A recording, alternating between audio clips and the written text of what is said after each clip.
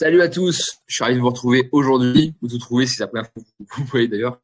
Cher Antoine, aujourd'hui, on va vous présenter le premier podcast Archétype, le podcast qui va répandre, qui va vous aider à mieux comprendre la personnalité, à mieux comprendre les archétypes, à comprendre le fonctionnement humain fondamentalement.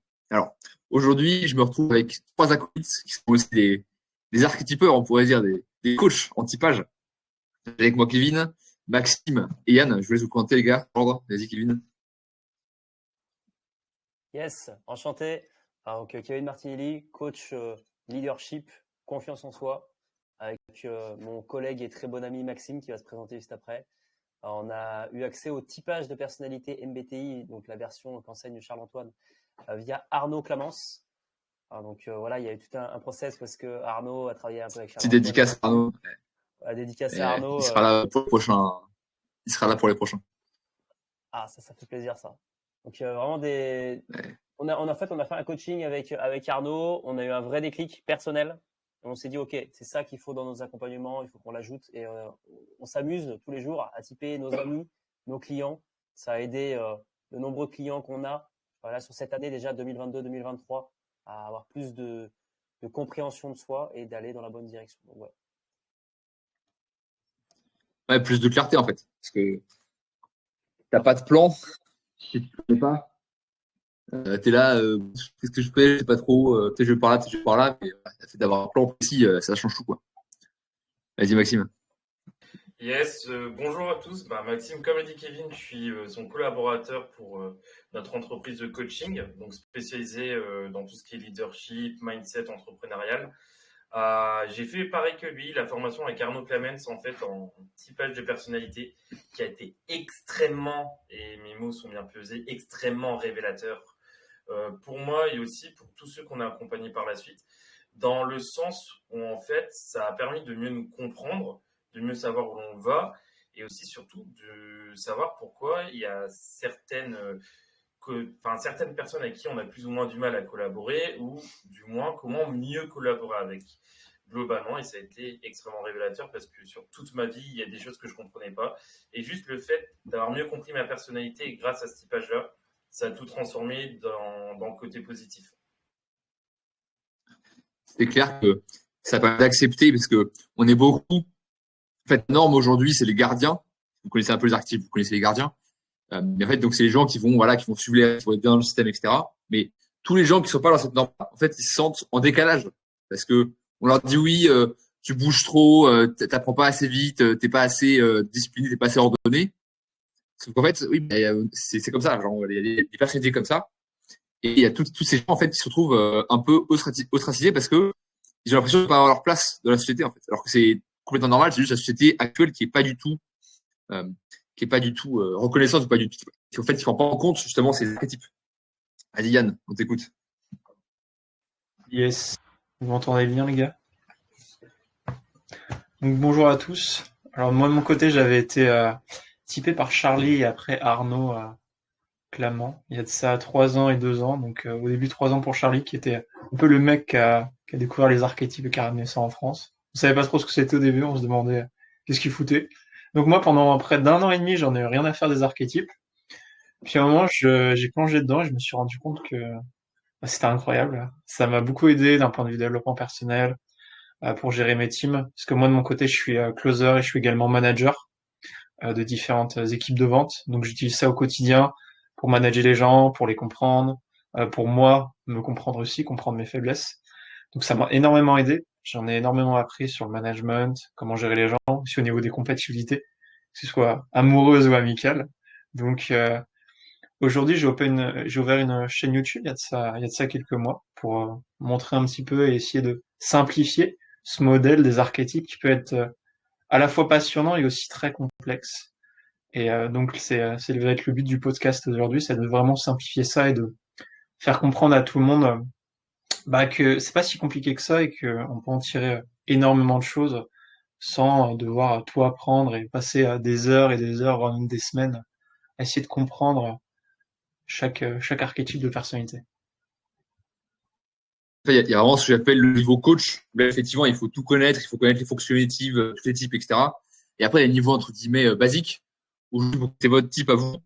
les types des gens autour, vous savez un petit peu près comment trouver les types des gens. En fait, ça permet de mieux interagir avec et ça suffit, quoi. Il n'y a pas besoin forcément d'avoir un niveau coach comme nous, on peut avoir, parce que nous, forcément, c'est notre métier. Donc, on l'utilise vraiment à un niveau extrêmement élevé, mais en fait, c'est très simple. C'est vraiment quelque chose qui est… moi, c'est m'a beaucoup… pour voir un peu l'histoire de comment je suis tombé là-dessus. Donc, on était en 2021. Ça faisait 3 ans que je faisais du business. Vraiment, il y a rien qui marchait trop. Voilà, j'ai fait du drop, et pas mal de trucs, mais ça, y a rien qui marchait vraiment. Et là, donc, le gros truc à l'époque, c'était le copywriting. Et en fait, le truc, c'est que dans la communauté dans laquelle j'étais, on se rend compte que le copywriting, il y a 90% des gens pour qui ça marche pas. Je me dis, bon, c'est quand même bizarre. C'est bizarre, quoi. Et là, je tombe sur les archétypes. D'ailleurs, c'était marrant parce que j'étais en mode, bon, vas-y, il y a rien marché. Allez, tant pis, je pars à la Légion étrangère. Je vais commencer à m'entraîner et tout. Et là, miracle, c'est pas l'univers qui m'envoie un signe qui dit non, pars pas à la Légion étrangère. T'es pas encore si désespéré que ça. Et là, donc, je tombe sur le site 16 personnalités. Et en fait, je commence à faire le test. Je me dis, tiens, est-ce que je suis un STP? Est-ce que je suis un ENTP? Donc, je passe pas mal de temps sur YouTube pour chercher un peu les différences. Et là, je tombe donc sur des chaînes YouTube américaines, en fait, qui expliquent tout ça. Et je me dis, mais putain, c'est génial, ce truc. Ça explique, en fait, l'humain, quoi. Enfin, je comprends pourquoi est-ce que il y a des gens qui sont plus logiques, d'autres qui sont plus sur les émotions, certains qui sont plus abstraits sur le futur, d'autres qui sont plus concrets. Voilà, en fait, tout faisait sens, en fait. Tout prenait sens. Et là, je me dis, mais tiens, mais est-ce qu'il n'y a pas un lien entre les archétypes de personnalité, la personnalité des gens, et quel business ils vont réussir ou pas? En fait, je voyais tous ces gens qui essayaient le copywriting, et en fait, il y en avait beaucoup pour que ça marche pas. Quand je dis beaucoup, c'est 90%, quoi. Alors qu'il y en avait, en un mois, ils montaient à 5 cas par mois. Alors que d'autres, ils bossaient pendant 6 mois, il n'y a rien qui se passait. Donc, du coup, je commence à faire les tests, à typer les gens, je trouve les archétypes, du coup, des gens qui réussissent et de ceux qui réussissent pas. Et je me dis, bon, effectivement, constat massif, il y a un archétype particulier, les ingénieurs, les INTP, qui sont excellents en marketing, en copywriting. Et en gros, tout le reste, vous le regardez. Et je me dis, mais bon, on peut trouver une solution. Genre, on va pas laisser 90% du type sur le carreau. Tu vois. Et donc, je me dis, bon, il faut que je trouve, du coup, les gens qui ont d'autres métiers, et qui ont, du coup, les archétypes différents pour pouvoir, en fait, orienter tout le monde vers des métiers, vers des business qui soient adaptés à leur archétype, en fait. Et donc, ça a commencé comme ça. Et donc, j'ai pu accompagner 500 personnes là-dessus, 500 entrepreneurs soit pour trouver leur business, soit derrière pour les former au coaching. Et donc ça a commencé comme ça. En fait. Et derrière, j'ai formé Arnaud. Et du coup, Arnaud a formé d'autres gars. Et en fait, le but, c'est vraiment que tout le monde connaisse en fait les archétypes. Parce que ça a changé ma vie. Ça a changé, je pense, vos vies aussi, à vous les gars. Et ça peut changer les vies de tout le monde, quoi. Et dans tout, en fait. Dans tout, dans l'école, pour l'orientation, pour les relations, comme tu disais, pour le métier, pour l'agence, tu disais. En fait, ça marche pour tout, quoi. C'est utile dans le domaine de la vie. Et c'est un truc de fou que ce soit pas encore utilisé, quoi. En fait, en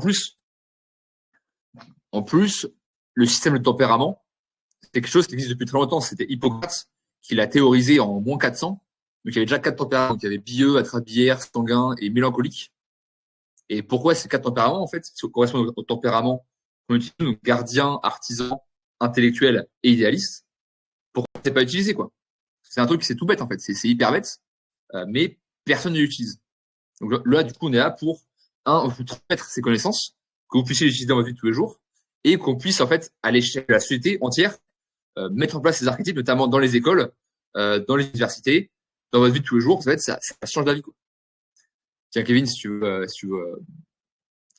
apporter un peu ton, enfin, du coup, allez-y, je vous laisse intervenir parce que moi, structure, je prends le contrôle de mon podcast, donc je vais laisser si vous intervenir un peu. Donc, allez, je vous laisse parler. Ah bah avec Max, on a eu une super expérience là-dessus. Hein. Déjà, lui, personnellement, il va pouvoir en parler juste après parce que ça a été assez révélateur. Perso aussi. Moi, je suis INFP. Donc, voilà, j'ai compris pourquoi j'arrivais à rassembler certaines personnes. Pourquoi est-ce que j'étais vu un petit peu différemment des gens. On est une toute petite partie de la population. On est tendance à être un peu bizarre. Expliquer un peu l'INFP pour les gens qui ne connaissent pas les archétypes encore. Tout à fait. Donc, INFP, c'est un style de personnalité qui est dans la catégorie des idéalistes. Donc, c'est parmi les 4 tempéraments. Et c'est un profil assez introverti. Voilà, je ne vais pas trop rentrer dans le détail pour ne pas perdre les gens. Vous pouvez regarder ces profils guérisseurs. Et donc, dans cet archétype-là, j'ai compris certains mécanismes profonds. Pourquoi est-ce que voilà, je suis plus bon, je suis pas très très bon en vente de base. Par contre, je vais structurer, accumuler des choses, de la connaissance, de l'information et, l'articuler d'une certaine manière. Donc, je comprenais mes mécanismes internes. Et ça, on l'a fait aussi avec du coup nos coachés. Par exemple, j'ai eu quelqu'un en appel de vente. C'était un INFP aussi, donc c'était le même style de personnalité. Donc, on se comprenait parfaitement. On comprenait les douleurs. Donc, je peux rentrer en profondeur dans le besoin de la personne. Je peux la coacher, parce qu'après, cette personne est devenue un de nos accompagnés. Et vu qu'on a des types qui sont compatibles, parce que dans le sens, on a le même type, je veux dire, je comprends tes besoins, je fonctionne pareil. Donc, je peux t'accompagner à aller plus loin dans ta vie, à bien t'aligner sur la bonne activité, à choisir les bonnes relations amoureuses. Voilà. Donc, ça permet de comprendre les gens qui sont similaires à nous, de comprendre les différences. On a eu des gens aussi, par exemple, on a eu des INFJ, donc c'est un autre style de personnalité. On a eu des types en plus qui se répétaient. Par exemple, on a eu des accompagnés. Ces accompagnés, c'est souvent les mêmes profils qui revenaient. C'est assez drôle. Pourquoi pas baser un business sur un type de personnalité? Ce style de personnalité A, bah tiens, je vais accompagner que ce style de personnalité A. Peut-être Maxime va pouvoir rebondir aussi, parce qu'il y a des choses intéressantes à dire dessus. Yes, alors moi je fais partie de la catégorie des artisans, donc virtuose, ce qui fait que je suis extrêmement dissipé en général. Et par exemple, ça c'est quelque chose que je comprenais pas. Notamment, alors là on va rentrer un petit peu plus dans le passé, mais par exemple à l'école, pourquoi je n'arrivais pas beaucoup à l'école, je ne comprenais pas. Je pensais honnêtement, je dis bah, je dois être idiot, c'est pas possible. En fait, non, c'est juste que ma personnalité n'était pas adaptée par rapport à ce système-là, parce que très dissipé, etc. Et il y avait beaucoup de trous dans ma vie, donc de vide, de zones d'interrogation que je n'arrivais pas à répondre. Et quand je me suis fait typer, donc c'était l'année dernière, ou il y a 2 ans, si je dis pas de bêtises, quand on avait été en Bulgarie avec Kevin, ça a été une révélation, parce que j'ai tout de suite compris. Et j'ai compris surtout comment transformer mes forces, enfin comment exploiter toutes mes forces, même mes faiblesses, les transformer en force tout simplement. Donc le fait d'être très dissipé, je sais maintenant que je suis quelqu'un qui est très très ancré dans le présent. Donc je vais être très bon dans ce qui va être de l'analyse, mais aussi de la créativité, notamment beaucoup de la créativité. Et ça a été un gros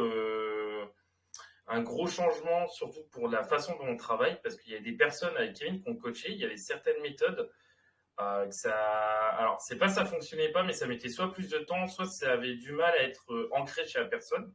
Et en fait, on s'est juste rendu compte, maintenant qu'on a les compétences pour typer la personne, pour mieux la connaître en profondeur, savoir un peu comment elle fonctionne, on savait quelle méthode on devait mettre en place et quelle méthode on devait surtout pas mettre en place. Par exemple, le style de personnalité de Kevin, ça est assez projeté sur le futur. Donc, si on commence à tout lui dire sur du présent, c'est là où ça peut rentrer, ça va avoir plus du mal à avoir un impact. Tandis si on arrive à le projeter dans le futur en faisant un impact présent, là, ça va avoir un réel sens pour lui. Et là, il va être plus apte à faire un changement, par exemple, pour nous dans nos phases de coaching. Donc, ouais, c'est un gros changement et un gros point positif, parce que maintenant, en fait, on peut travailler avec tout le monde et beaucoup plus efficace. Et je pense que c'est là où, Yann, tu vas me rejoindre, toi qui dois gérer une équipe. Par exemple, dans une équipe de marketing, c'est primordial, parce que c'est là où tu comprends les personnalités de tout le monde et que tu peux performer. Et c'est sur ce que j'ai laissé la parole à Yann pour qu'il nous explique justement son expérience aussi de son côté. Je vais expliquer tout ça. Après, je reviendrai un petit peu sur ce que tu as dit, Charlie, au début, et le sujet au niveau des tempéraments. Parce que c'est vrai que c'est assez intéressant d'en parler. Donc, ouais, au niveau du management, ça aide énormément. Parce qu'en fait, quand vous savez les personnalités que vous avez en face de vous, donc déjà, premièrement, d'un point de vue des tempéraments, il y a l'orientation. Okay, est-ce que cette personne est dans le passé? Est-ce que cette personne est dans le présent? Est-ce qu'elle est dans le futur? Est-ce qu'elle est disciplinée ou complètement déstructurée? Ça aide énormément au niveau des tableaux. Comme vous savez, alors je sais pas si vous savez, mais peut-être comme vous faites du closing, moi en closing on a des tableaux de suivi à remplir. Bah, forcément les artisans c'est un peu plus compliqué de leur faire remplir un tableau de suivi que des gardiens.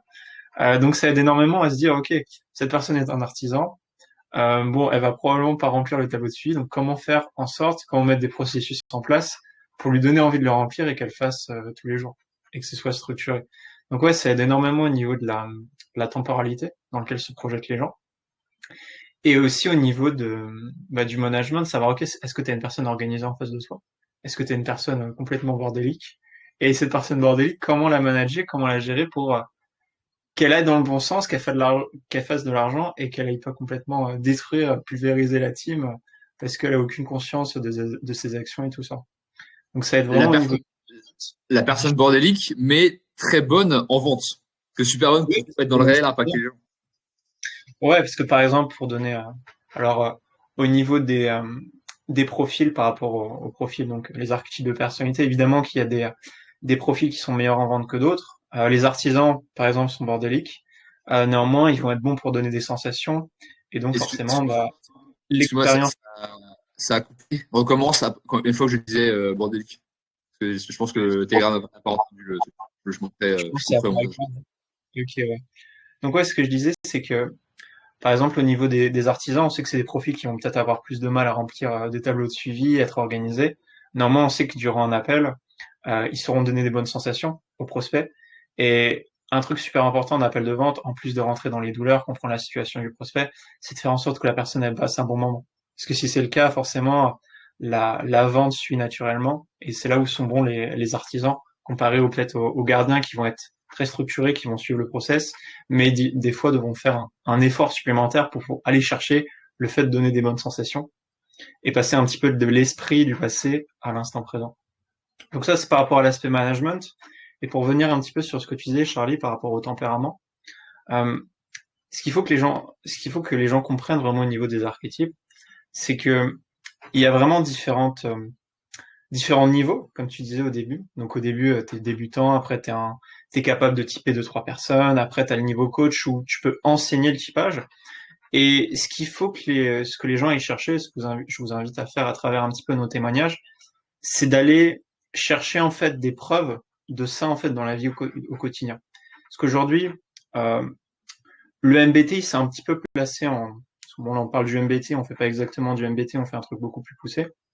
Mais le MBTI c'est passé un petit peu à côté de la psychologie, parce que la psychologie dit ok, tout le monde est pareil, mais on va chercher des problèmes, donc des maladies, alors que le MBTI, lui en l'occurrence, dit mais en fait non, les gens sont pas pareils, les gens sont totalement différents. Donc on se place un peu en marge de la psychologie en disant que les gens sont différents. Donc on va pas chercher de l'individualité derrière chaque truc, chaque explication, chaque humain est différent ou chaque humain est pareil, mais avec des sous-choses. Non, on va chercher des grandes catégories.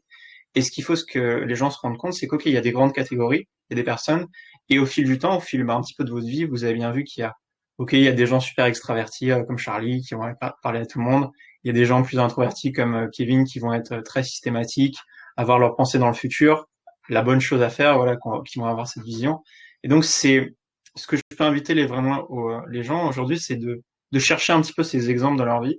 Et vous allez voir, plus vous allez rentrer profondément dans les archétypes de personnalité, plus vous allez vous rendre compte qu'en fait, c'est vraiment une implication réelle et que ce qui peut paraître un peu comme quelque chose qu'on comprend pas au début a vraiment une intrication dans le réel voilà, qui marche et qui fonctionne au quotidien, mais pour n'importe quelle interaction. C'est-à-dire que aujourd'hui, on a un niveau avec les quatre personnes ici présentes, c'est que au quotidien, on connaît les fonctions cognitives, on voit comment raisonnent les gens, et on voit comment chaque fonction cognitive interagit. Et ça, c'est fabuleux. Et au début, il faut pas aller chercher une complexité aussi importante, il faut aller chercher quelques exemples par rapport au grand Précis, tempérament dont on va parler, précis, pour aller précis les fonctions cognitives.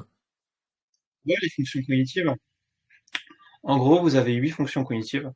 Vous en avez 4 introvertis et 4 extravertis. Et d'ailleurs, je vais faire une vidéo bientôt sur ça, sur les fonctions cognitives. Donc, je peux expliquer un petit peu le sujet.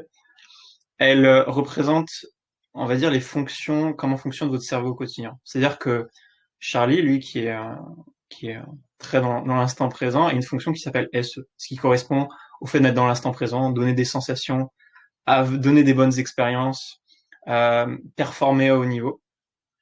Donc lui, il va être capable de l'idée, donner des bonnes sensations. Kevin, lui, par exemple, a une fonction qui est plus liée à son ressenti, justement comme Maxime. Donc lui, ils vont être beaucoup plus sur le fait d'être sur leurs émotions, de faire des choses justes, morales. Ça va concernant ce qui concerne la bonne chose à faire. Donc on a chacun des super pouvoirs, en quelque sorte. On en a 8. Et chaque fonction cognitive correspond, on va dire, au fonctionnement du cerveau et à comment votre cerveau fonctionne au quotidien. C'est-à-dire que Charlie est vraiment tout le temps dans l'instant présent. Kevin et Maxime, eux, sont tout le temps dans le fait d'être sur leurs émotions. Et c'est ça, en fait, une fonction cognitive, c'est comment vous êtes au quotidien. Vas-y, Charlie. Ouais, juste un petit truc, effectivement. En fait, ce qui est intéressant de noter, c'est que on a tous tout, on va tous réfléchir, on va tous avoir des émotions, on va tous être dans l'instant présent et tous être dans l'intuition. En fait, ce qui change selon les types, c'est le niveau d'efficacité. Comme tu disais, moi, je suis très dans l'instant présent. Kevin, il va être très dans la projection. Des gens qui vont être très empathiques. Voilà. En fait, ce qui change, c'est le niveau d'efficacité, en fait. Parce qu'il y a des tendances naturelles de comportement. Et c'est ça qui fait effectivement les différences entre les archétypes. Et pour revenir sur ce que tu disais hier, effectivement, c'est des choses qui sont extrêmement tangibles. On sent bien qu'il y a des gens qui sont plus dans la réflexion, d'autres qui sont plus dans l'émotion. Voilà, c'est basique. Tout le monde le sait. Il y a des gens qui sont introvertis, d'autres qui sont plus extravertis. Voilà, encore une fois, c'est basique, c'est des trucs que tout le monde fait. En fait, là, le but, c'est quoi? C'est juste d'aller chercher plus de précision. C'est juste un peu ces archétypes que tout le monde connaît, mais qui sont finalement, qui ne servent pas à grand chose au final. En fait, c'est d'aller chercher plus de précision pour pouvoir l'utiliser vraiment de manière efficace dans un contexte défini. Typiquement, je vous donne un exemple que vous allez pouvoir voir tout de suite. Vous finissez pas le cas, vous allez parler à des gens, vous allez voir tout de suite que ça marche ou pas. Enfin, que ça marche, vous allez pouvoir voir les caractéristiques des gens. C'est une caractéristique d'être direct, donc d'être, en fait, d'aller à l'essentiel, d'être focus, d'être rapide, d'être efficace. C'est des gens qui vont parler de manière très laconique, alors qu'à l'inverse, il y a des gens qui sont plutôt informatifs et eux vont plus donner beaucoup de détails, beaucoup de contexte, raconter des histoires. Et ça, vous pouvez le voir tout de suite. Et c'est pour ça que les gens directs, par exemple, quelqu'un qui est très informatif, donc qui raconte ça pendant une demi-heure, et en fait, l'histoire aurait pu être racontée en 30 secondes. Il est là, mais quand tu me parles, tu aurais pu faire ton histoire en 30 secondes, quoi. Et donc ça, c'est pareil. C'est un truc que vous percevez de manière un peu intuitive comme ça. En fait, l'avantage des archétypes, c'est vraiment ce qui m'a plu dans ce système, c'est que tout est organisé de manière quasiment scientifique, en fait. Et effectivement, tu le disais, il y a les psychologues que vous n'aimez pas trop. En fait, ce qu'ils connaissent pas, ils connaissent le MBTI. Effectivement, le MBTI de base, en fait, c'est pas, enfin, c'est une version ultra basique. C'est ouais, c'est la version zéro des archétypes. En fait, ce qui est intéressant avec encore une fois, le système qu'on utilise nous, les archétypes, c'est que en fait, il y a une notion d'évolution. Parce que ce qu'on dit beaucoup généralement quand on parle de MBTI, c'est qu'il y a un type. T'es quoi? Voilà, t'es INFJ, machin. Voilà. Il y a un type. En fait, du coup, ça bloque un peu un rôle, comme si la personne n'était que un type.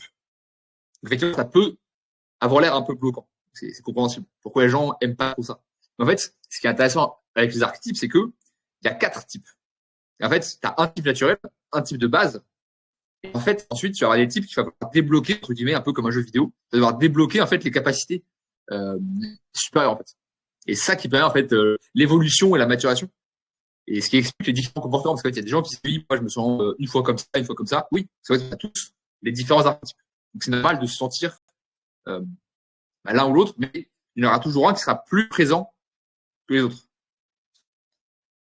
Et c'est pour ça que je parle de niveau coach, parce que voilà, il y a différents niveaux. Et faut commencer par le début déjà, comprendre que les gens sont différents. Première chose, c'est comprendre que les gens sont différents et que tout le monde n'est pas comme vous. Ça, c'est vraiment le premier truc à retenir.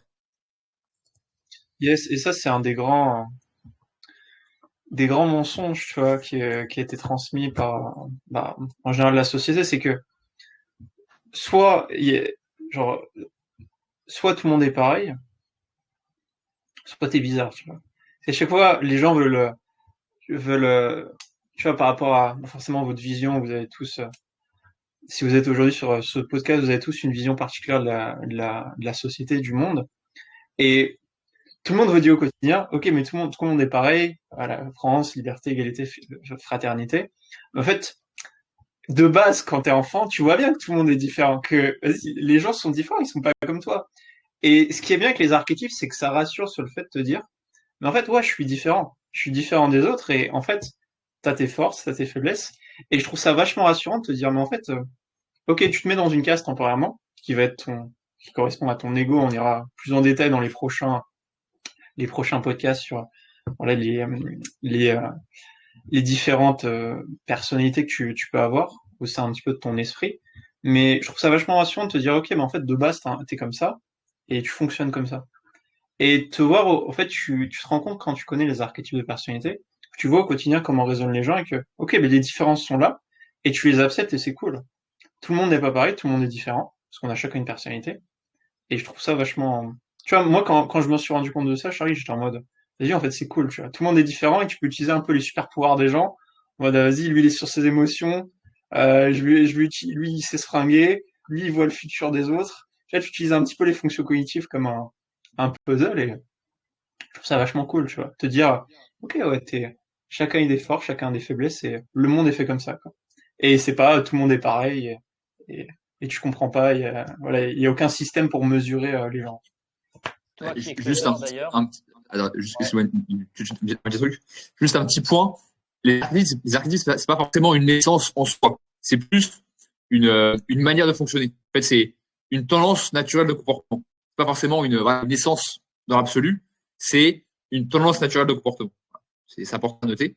Et effectivement, ce qui fait que voilà, c'est une tendance. Donc, c'est-à-dire que c'est pas forcément tout le temps naturel. Donc, ça évolue.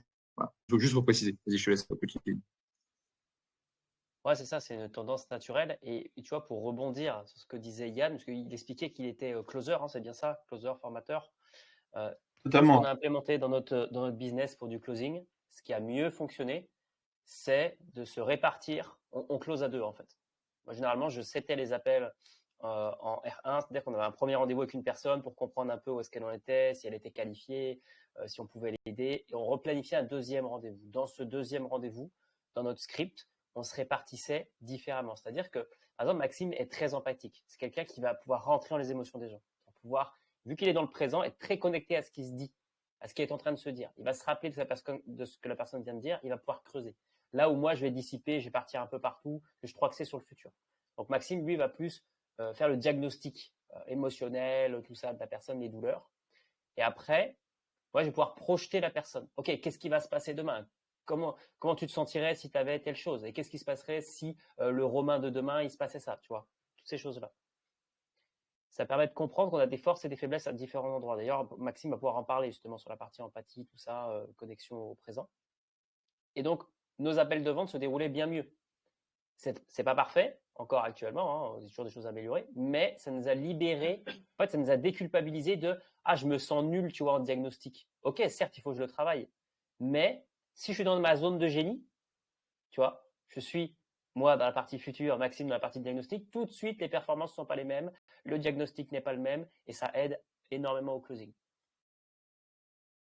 Yes, et même au-delà de ça, en fait, ce qu'il faut bien retenir, c'est il y a beaucoup de personnes, quand elles vont travailler ensemble, elles vont aller chercher à être un peu, comment je peux le dire, égaux. Donc, faut aussi, je maîtrise ça, faut que tu maîtrises ça aussi, pour qu'on s'entende bien et tout. Et c'est là, je pense, ça peut être une erreur. C'est pas, faut trouver l'égalité, faut trouver l'équilibre. Et en fait, avec le typage de personnalité, ça nous permet de trouver un réel équilibre.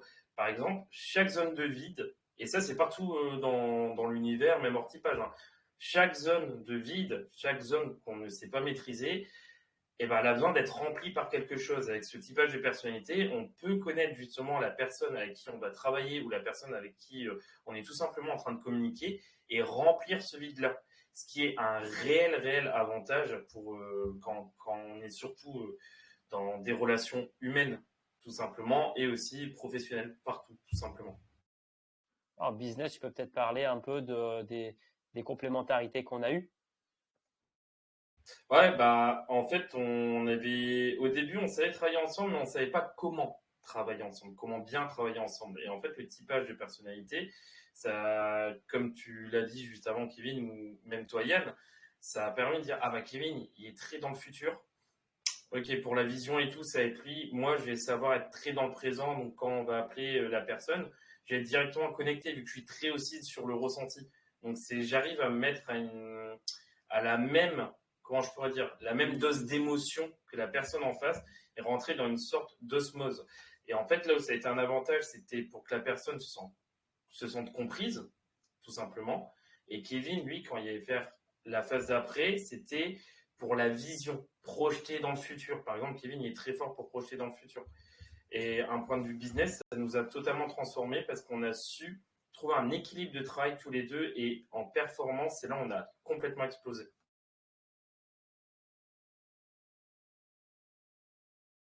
Ça fait complètement sens. D'ailleurs, dans ma communauté, les alchimistes, là, on est 21 maintenant, enfin, quasiment 25. Et justement, c'est marrant parce que, en fait, je fais en sorte de, souvent, je prends les gars, même s'ils se connaissent pas, etc. Je prends des gars qui ont les paires d'or, ça s'appelle les paires d'or, donc c'est les types qui sont naturellement les plus compatibles. Je les mets ensemble, et en fait, ça les booste à un niveau de fou parce que du coup, c'est hyper content de pouvoir parler à un mec qui est compatible et qui avance, quoi. Et ça, je pense que, pour le coup, c'est vraiment quelque chose qui est extrêmement, comme tu disais, rassurant, en fait, de se rendre compte que, oui, bah, moi, effectivement, je suis une quiche, mais alors une quiche en coopérative, ça me saoule, mais à un niveau, mais astronomique. Et au début, je me disais, mais putain, mais ça, je suis nul, quoi. Il y a des mecs qui sont en coopérative, moi, j'arrive pas, ça m'énerve, je me force, pourquoi j'arrive pas? Putain, je vais vraiment être nul. Non. Je suis un guerrier, je suis un STP, je suis un artisan. Donc, un artisan, c'est le mec dans le réel, toujours à parler aux gens, etc. Et je suis ultra extraverti. En fait, j'ai besoin d'être avec des gens pour avoir de l'énergie. Si tu me mets tout seul face à un PC, et je déprime. En fait, je suis là, j'ai pas d'énergie, j'ai envie de rien faire. Donc forcément, tu vois, tu mets pour faire du copywriting, je vais être une grosse quiche. Alors qu'à l'inverse, tu prends un mec ultra introverti, genre un ingénieur, qui se met sur un, enfin le mec, il aime pas parler aux gens, il préfère être en coulisses dans son coin à parler à personne. Oui, il sera hyper content de pouvoir faire des pages de vente parce que du coup, ça n'avait pas besoin de parler à des gens. Alors que moi, c'est une tannée, pas possible. Chaque fois que là, ça fait genre 2 à faire 3 mais que je fasse une page de vente pour les alchimistes, je l'ai pas fait, tu vois. Ça me saoule, quoi. Ça me saoule. Et du coup, qu'est-ce que j'ai fait? J'ai trouvé un gars qui est ma paire d'or, donc c'est mon type idéal, au sein des alchimistes, qui en plus, lui, est copywriter, donc vraiment cadeau, quoi. Et donc, on va s'associer, il va me faire les pages de vente. Et ouais, voilà, on va gérer comme ça. Et c'est une libération pas possible. Parce que combien, j'imagine, de gens aujourd'hui se disent ah, mais je vois tel marketeur ou tel youtubeur qui est super fort pour faire ça, etc. Et moi, j'y arrive pas. Attends, mais je suis vraiment nul. Et du coup, il force, ça marche pas. Oui, parce qu'en fait, c'est pas ton type, c'est pas ton archétype. Mm. Un exemple, hein, je peux donner justement un retour que on avait fait un live ensemble, Charles-Antoine. Je vais vous raconter le parcours de mon frère. C'est assez drôle. Le parcours de mon frère, c'est un gamin de 16-17 ans, paumé dans la vie, qui finit plusieurs fois au commissariat, qui n'est pas supporté par sa famille. Son père qui lui dit que tu es un bon à rien, qui l'envoie dans un métier qui est complètement déconnecté de ce qu'il veut faire. Hein. Il lui envoie faire bac, scientifique, tout ça, alors que c'est pas du tout fait pour lui. C'est un artisan. C'est un ISTP, donc rien à voir avec ce qu'il est censé faire. On l'a pas précisé, mais les artisans, c'est ceux qui sont dans le réel, ceux qui sont dans l'instant, dans le réel. Ils ont besoin d'agir maintenant, en fait, d'agir concrètement dans le réel. Voilà, c'est pour préciser. Tout à fait. Et moi, je l'avais senti, tu vois. Puis après, j'ai été formé entre-temps en archétype. Et là, tout de suite, je l'ai typé. Et je voyais que c'était pas fait pour lui. Donc, du coup, on lui a trouvé un stage. Donc, il bossait, voilà, il était dans du physique, il faisait des livraisons de commandes à droite à gauche, le temps d'avoir un taf, tu vois. Et en fait, très rapidement, il se faisait chier. Et il savait pas ce qu'il voulait faire de sa vie. Je lui ai dit, OK, bah viens, on fait un typage de personnalité approfondi. On check ça ensemble. Hop, et ISTP. J'ai regardé un peu, j'ai discuté avec Arnaud de ça. Arnaud, il me dit, ouais, les mecs comme ça, c'est des closers. C'est des closers, c'est des vendeurs généralement. Donc, je dis, OK. Je l'ai mis en lien en réseau avec des mecs. Donc, pour ceux qui connaissent, Lorenzo Simone, Massiva, Rémi Boudeur, Arnaud. Et en fait, ce qu'il a fait, c'est qu'il a été prospecteur. Ensuite, il a été closer. Et là, premier mois de closing, 3 000 euros. Il a fait rentrer 3 000 balles alors qu'il était bloqué à 300, 400 balles, à trimer 10 heures par jour, à Mercurey exactement, pas très loin en Saône-et-Loire, à bosser dans des vignes, à transporter des commandes, quoi. Là, il fait 3 000 balles depuis son téléphone et il set des appels tous les jours et tout. Donc, et il est dans sa zone de génie, il kiffe. Là, il part à Budapest, il a 18 ans, il va voyager pour la première fois. Moi, ma mère, par exemple, elle n'a jamais voyagé de sa vie. Donc, à 18 ans, il a son passeport et il part à l'aventure. Elle va s'expatrier. C'est ouf quand même de voir à quel point trouver son ultra compétence, son espèce de don ultime, là, sa zone de génie, à quel point ça peut être révélateur en un si court laps de temps. Mais j'ai vécu après la même chose. Hein. Comme je disais, quand j'ai découvert les archétypes, on était en début 2021. J'étais paumé, quoi. J'étais à un mois de partir à l'étranger. Hein. Je me disais, il n'y a rien qui marche. Je fais trop chier, le business, ça me roule. Donc là, du coup, je découvre le coaching et puis en 2 mois, j'étais parti, quoi. J'ai fait 3 000, 2 000 euros par mois, sur en Bulgarie. Donc ouais, ça a tout changé, quoi. Parce que, alors ça, c'est un concept qui est pas forcément lié directement aux archétypes, mais euh, c'est l'ikigai. Donc l'ikigai, c'est ce que vous aimez, ce dans quoi vous êtes bon, ce dont le monde a besoin, et ce pourquoi vous pouvez être payé. Et en fait, l'archétype, c'est à la fois ce que vous aimez et ce dans quoi vous êtes bon. En fait. Parce que il y a quelque chose qui est oublié de manière fondamentale par tous les formateurs, c'est qu'en fait, euh, les formateurs qui font une formation, je sais pas, de dropshipping ou de ce que vous voulez, de copywriting, généralement, eux, ils vont avoir l'archétype qui correspond, en fait, qui fait qu'ils sont naturellement efficaces pour ce truc-là spécifiquement. Donc, eux, on va prendre un exemple très, très concret pour les gens. C'est comme si tu avais t'as un grand Africain, un Éthiopien. Donc, le mec, génétiquement, c'est une brute, tu vois, il est hyper course. Alors, le mec, voilà, il peut courir des kilomètres, des jours et des jours sans s'arrêter. Ils font une formation pour dire, oui, bah, les gars, je vous apprends à courir. Donc, t'as un petit blanc, tu vois, qui est là. Le mec, qui fait 1m50. Génétiquement, il sait pas courir. Et, donc, il a la formation pour apprendre à courir. Et il se dit, putain, ça m'énerve, faut que j'arrive pas à courir aussi vite que le grand Africain qui est génétiquement fait pour courir, tu vois. Ah oui, c'est normal, en fait. C'est juste que c'est génétiquement, c'est pas la même chose. En fait, les archétypes, c'est pareil. Les archétypes, c'est, comme je disais, une tendance, en fait, au niveau mental. Parce qu'on voit très facilement les différences physiques. Voilà, on les voit, c'est visible. Mais les différences mentales, on les perçoit, mais c'est pas vraiment conscientisé, en fait. Et c'est vraiment la même chose.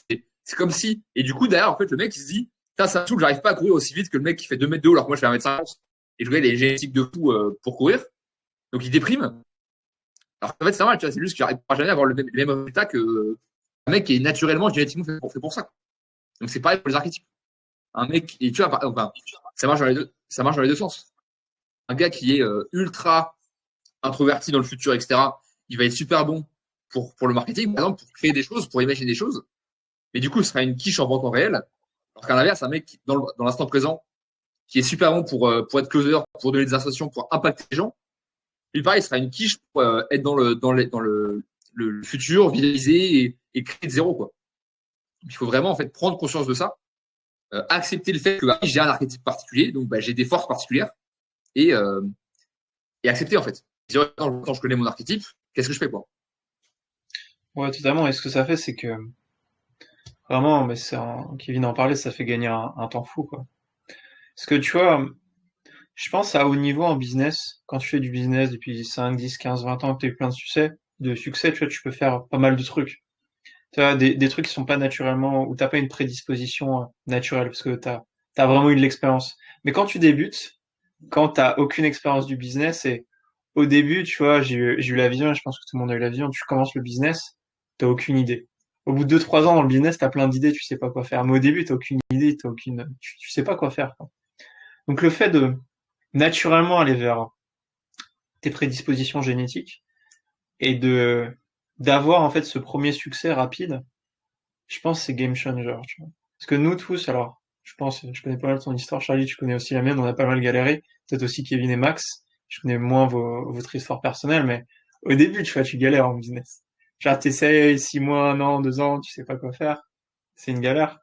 Et le fait de découvrir les archétypes et de savoir les archétypes des gens autour de toi, mais tu deviens littéralement un donneur de conseils, mais super développé, naturellement, parce que ok, t'as l'archétype de la personne, et genre, quand t'as un bon niveau en typage, tu vois des trucs, tu vois des patterns, tu dis ok, mais voilà, t'as un NFP, t'as un ISFP, un ESTP, tu sais qu'il y a des trucs, le mec va être bon naturellement, et des trucs, il veut faire de la merde, quoi, tu lui dis, mais non, mais ne fais pas ça, quoi, c'est stupide de faire ça, ne fais pas ça, et je pense que c'est vraiment un gain de temps, mais en termes de temps, d'énergie, de ressources financières qui seront pas allouées à des trucs qui te feront perdre de l'énergie et du temps de vie, mais je trouve ça énorme. Genre, rien que de ce point de vue-là, en termes de d'efficience, on est comme sur un truc énorme, quoi, au niveau du typage.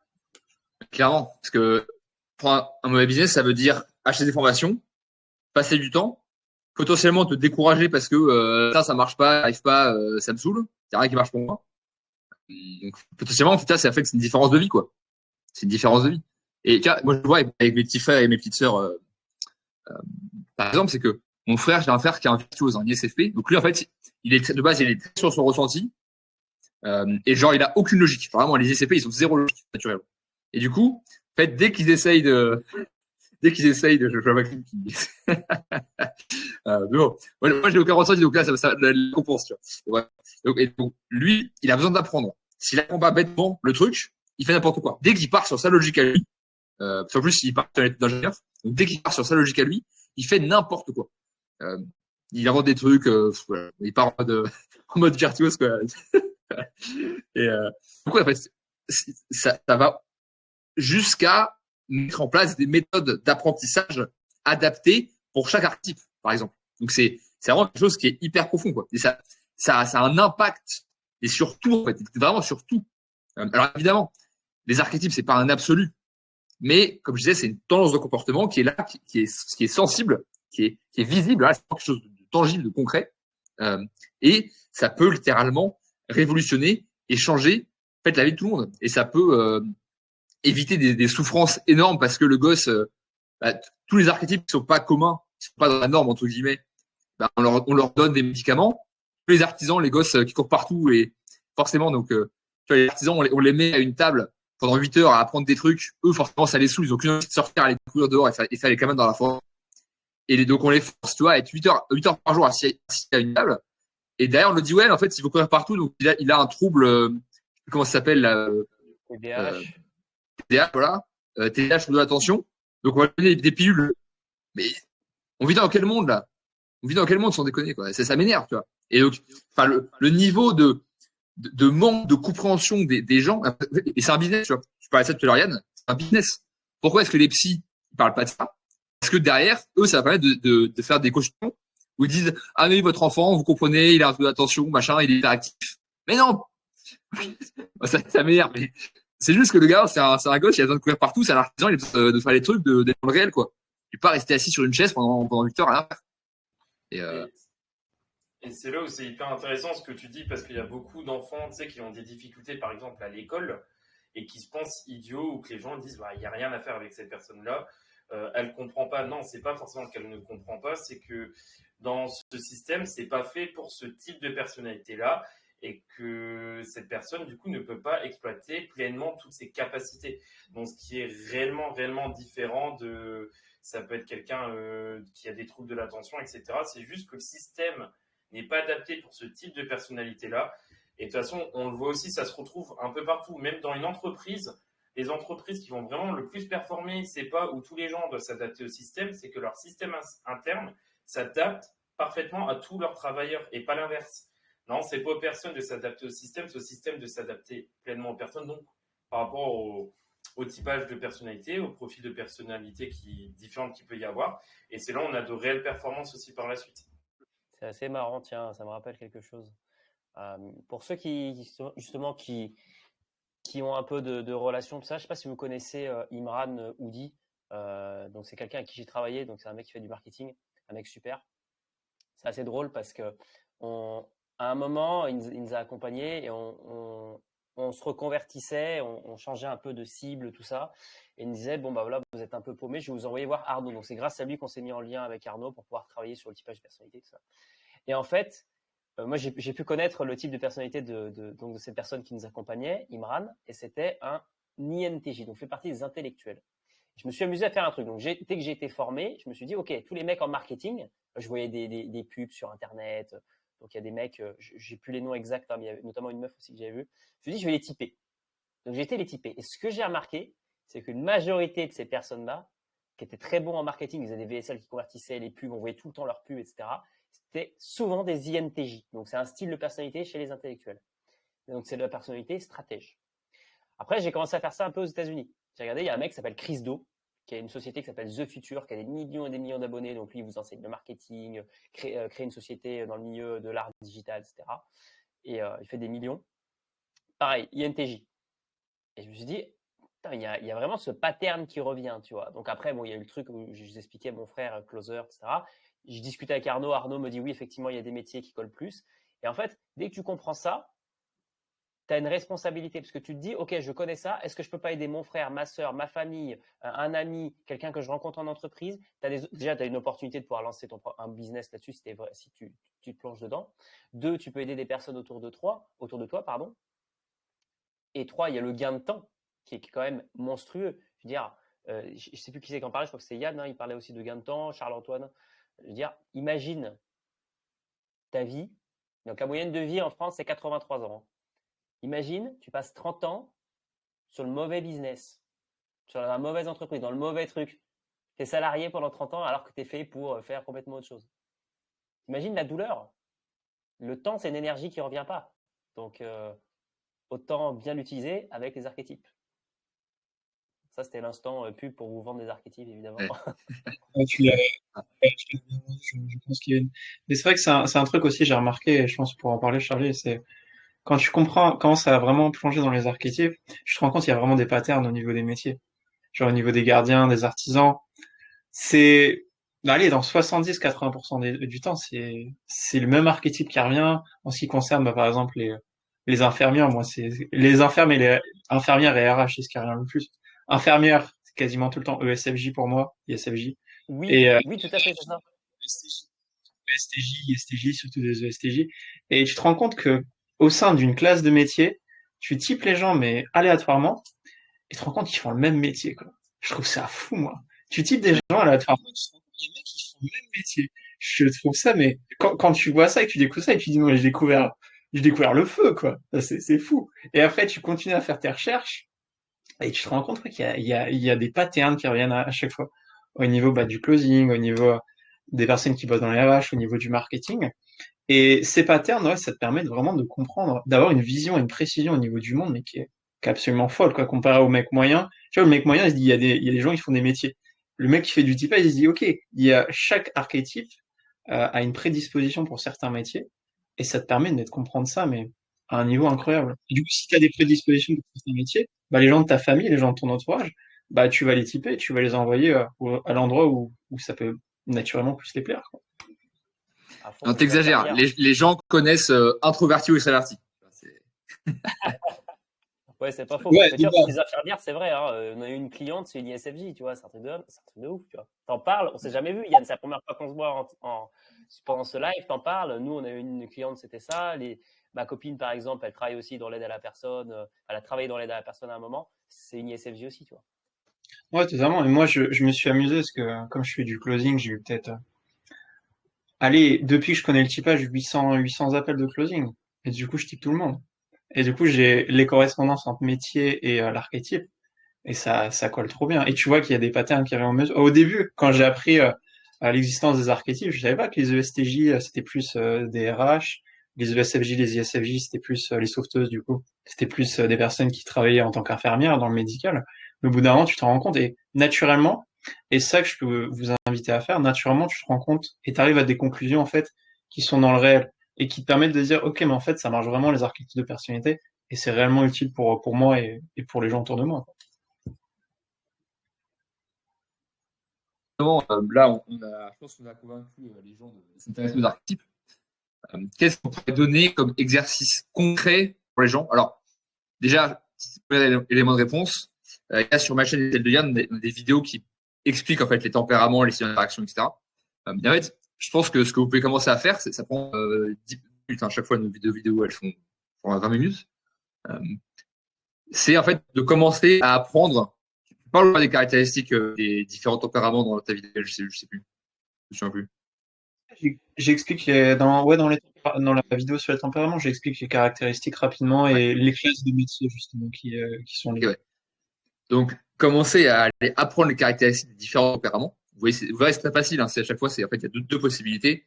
Par exemple, sur quelqu'un de concret, là, j'ai le soleil qui m'emmerde. Sur quelqu'un d'abstrait, euh, par exemple, ou quelqu'un qui sera individualiste ou plus communautaire, ou quelqu'un qui sera plus systématique, c'est-à-dire qui va suivre des systèmes, ou quelqu'un qui va plus suivre des procédés, qui va plus improviser. Ouais, voilà, c'est des caractéristiques comme ça qui sont très sensibles, très faciles à voir chez les gens. Commencer en fait petit à petit à voir ces caractéristiques et entre vous à les reconnaître. Et en fait, ce sera un premier pas pour pouvoir trouver les archétypes des gens et pouvoir comprendre en fait les différences entre les personnes. Après, vous pourrez aller de plus en plus loin au fur et à mesure, mais déjà apprenez ces différentes caractéristiques en fait, de base qui constituent la base en fait des archétypes. Et là, vous pourrez aller plus loin. Ouais, moi si vous voulez, on peut chacun proposer un petit truc pour permettre aux gens un petit peu de rentrer dans le réel par rapport aux archétypes. Moi, ce que je peux proposer en plus de ça, c'est par rapport au métier, comme je disais, franchement, pour moi, c'est le truc le plus simple. Tout ce qui est, vous avez forcément peut-être des gens qui travaillent dans le milieu du médical autour de vous, des profs, des artisans. Donc forcément, quand je parle des artisans, je parle des vrais artisans, des menuisiers, des personnes qui travaillent dans le réel. Bah souvent, c'est le tempérament artisan. Des personnes dans le RH, l'administration, la comptabilité, c'est plus des gardiens. Donc je vous invite à regarder, vous regardez rapidement ce que c'est un gardien, ce que c'est un artisan, qui sont peut-être les tempéraments les plus communs, et vous rendre compte qu'en fait, ouais, ça colle. Et petit à petit, vous allez comprendre de plus en plus et vous dire, ok, vous allez trouver en fait des patterns, des récurrences. Et ce que je peux vous inviter à faire, ouais, c'est regarder à travers les métiers ces récurrences et chercher de plus en plus pour en fait vous donner un petit peu, vous dire, ok, bah ça marche vraiment, ça marche, je peux appliquer ça dans le réel, trop bien. C'est quoi l'étape suivante? Ça, pour le coup, c'est vraiment un truc qui j'avais beaucoup apprécié, c'est qu'en fait, tu apprends une caractéristique, tu apprends un type, et directement, tu peux voir si c'est vrai ou pas, quoi. Donc, faites l'exercice, si vous ne croyez pas, allez, voilà, comme je disais, allez regarder différents tempéraments, et regardez autour de vous, est-ce que ça marche ou pas?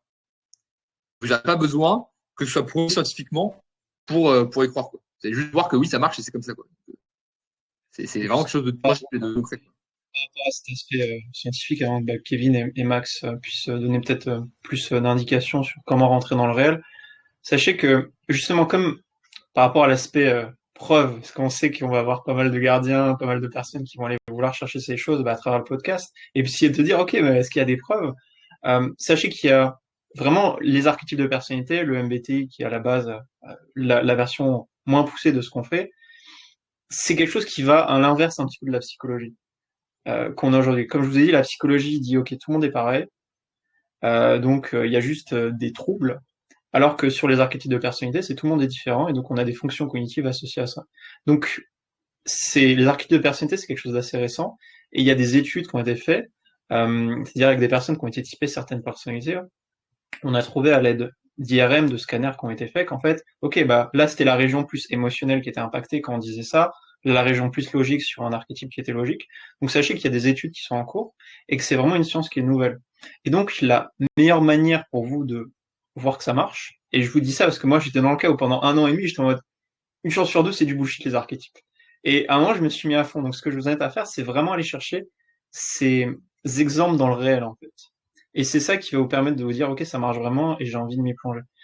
Si vous essayez de chercher des études scientifiques, il y en a quelques-unes, mais c'est une science qui est toute nouvelle. C'est une science vraiment qui s'applique dans le réel, plus que sur l'aspect scientifique. Et forcément, avec ce qu'on est en train de faire, peut-être dans 5-10 ans, on aura des labos de recherche, on s'amusera à faire des études scientifiques, mais c'est pas encore le cas. Donc, essayez d'aller chercher des trucs dans le réel, c'est ce que je peux vous inviter à faire. Alors justement, j'allais donner un petit exercice, ce qui m'a beaucoup aidé. En fait, moi, j'ai typé toutes les personnes autour de moi, tous mes amis, ma famille et tout, parce que comment savoir justement si c'est vrai? Et je sais pas d'ailleurs si Charles-Antoine, on pourra le mettre en lien, le petit tableau des archétypes, tout ça. Ce que je vais faire, c'est que j'ai fait un guide de typage, je le mettrai en description. Je l'ai téléchargé parce que honnêtement, ce que je me suis amusé, c'est Arnaud m'avait donné un petit tableau donc pour savoir comment bien typer quelqu'un, etc. Et à la fin, je regardais, donc ça sera dans de l'approfondissement dans les prochains podcasts, les fonctions cognitives. Et en fait, on se rend compte que c'est pas du bullshit. Par exemple, moi qui vais être très dans l'émotionnel, dans le ressenti, au début, je dis oui, bon, il m'a dit que c'est ça, bon, c'est bien. Et en fait, quand j'ai les fonctions cognitives, je fais ah mince, effectivement, c'est bien moi. Et en fait, c'est là où on se rend compte réellement que non, c'est pas du bullshit. Et une fois qu'on a cette conscience-là, c'est là où on voit tout l'intérêt, le potentiel que ça peut amener justement le typage de personnalité. Effectivement, beaucoup de gens pourraient dire oui, c'est de l'effet Barnum. En fait, c'est trop précis pour être de l'effet Barnum, tu vois. Combien de fois ça m'est arrivé? Je pense que vous arrivez à tous ici. Je typais une nana comme ça dans un parc et je suis les trucs, mais de fou, tu vois, c'était l'archiviste. Et je lui dis, ouais, t'as tout le temps peur du futur, de base, c'est pas trop d'empathie, t'as tout le temps peur de ce que tu vas faire, c'est pas ce que tu vas faire, etc. Et, quand ça pète la gueule, quand tu sais ça, c'est un truc de fou. On a parlé 5 minutes et tu me sors, tu vois. Et en fait, parce que c'est vraiment trop précis pour l'effet Barnum, en fait. Les gens ne pourraient pas. Là où c'est puissant et ce que je fais pendant mes typages et là où je trouve ça incroyable, c'est premièrement le fait de vous en rendre compte Et il y a aussi le moment où quand vous êtes vraiment bon en typage et que vous expliquez comment est la personne, comme fait Charlie, et souvent vous avez des réactions mais de malade. Notamment, et là où ça fonctionne le mieux, c'est quand vous expliquez à quelqu'un qui a le même archétype que vous, parce que vous connaissez tout par cœur, parce que c'est votre vie en quelque sorte. Et les personnes hallucinent. Moi, quand j'explique Ouais. aux gens, enfin, aux ISTP comment ils sont, parce que je suis un ISTP, ils sont en mode, mais genre, what the fuck, quand je leur dis que ta chambre n'est pas rangée, ils sont en mode, mais comment tu sais ça, quoi? C'est pas possible. Et donc, c'est là où vous allez vraiment vous rendre compte de la puissance de la chose, c'est quand vous allez pouvoir, ouais, raconter, expliquer aux personnes comment elles sont, elles vont halluciner, et là, ce sera une preuve indéniable que ça fonctionne réellement, quoi, dans le réel. Tiens, on va prendre un exemple concret. Donc, je vais vous raconter l'histoire de ma copine. J'aime bien raconter des petites histoires. Donc, ma copine, on s'est rencontrés il y a à peu près 8-9 mois. Et c'est une défenseuse, donc catégorie des gardiens, pardon. Donc voilà, on commence à discuter, je la type rapidement. Et je lui explique son type de personnalité. Au début, elle avait un peu peur de savoir. Elle pensait que c'était beaucoup du bullshit. Je lui explique et je lui dis, bon, voilà, il y a ça, il y a ça. Je dis, voilà, t'es quelqu'un qui a peur, notamment beaucoup du futur, t'anticipes beaucoup, t'es beaucoup dans l'anticipation. Et je lui donne des exemples, tu vois. Je donne des exemples concrets, par exemple, sur ce qu'elle va faire dans 1 an, dans 2 ans. C'était vraiment un cas aussi qu'elle rencontrait. Et elle a été assez surprise, elle s'est renseignée et elle s'est rendue compte qu'il y avait des explications très précises. Par exemple, les IST, les défenseurs, du coup, défenseurs-défenseuses, ils aiment bien leur routine, tu vois, en général. Ils aiment bien leur routine. Donc, petit café le matin, petit message de son copain le matin, etc. Donc, il y a une routine comme ça. Il faut que je garde ma routine. Et donc, je lui explique ça. Elle me dit, ouais, c'est tout à fait moi, etc. Et donc, on rentre dans le détail et elle commençait un peu à être secouée, on va dire, tranquillement. Hein. Et elle a commencé à être convaincue. Et il se trouve que sa sœur est venue ensuite me voir pour un typage.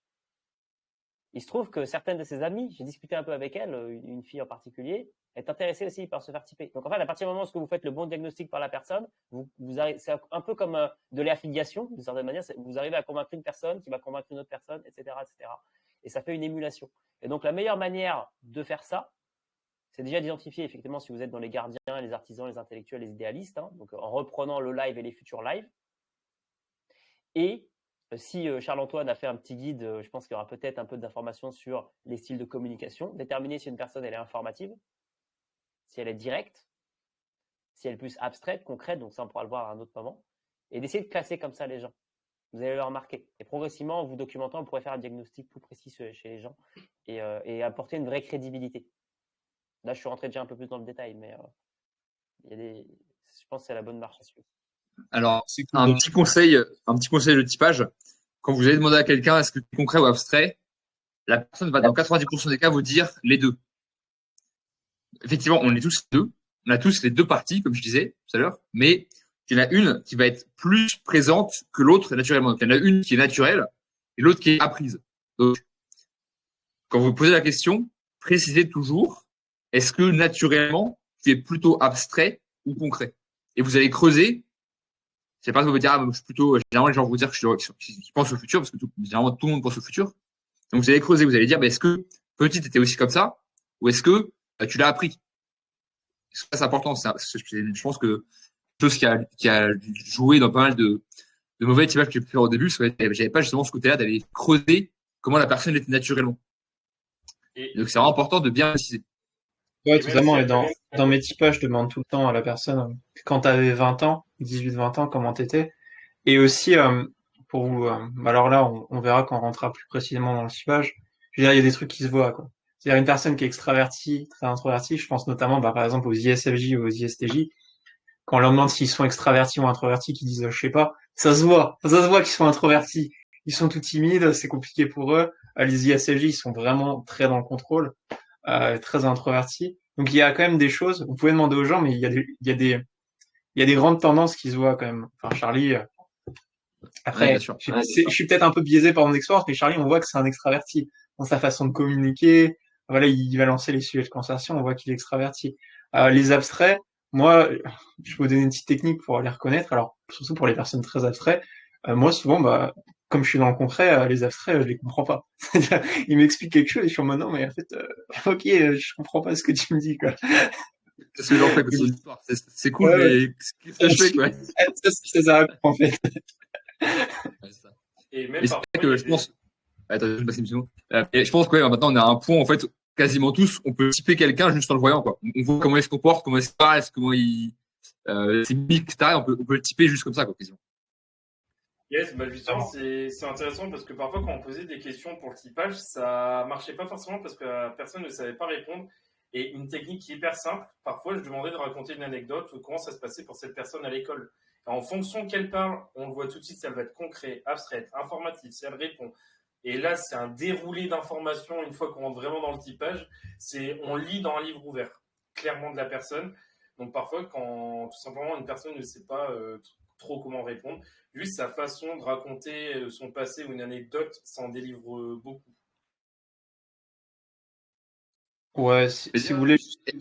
Est-ce que ça vous arrive aussi maintenant de vouloir typer les gens dans les films? Moi, maintenant, j'arrive plus à voir un film sans typer les gens sur ce portable. En regardant des Ouais, vidéos YouTube, hein, c'est terrible. Hein. ouais, vidéo dans les films.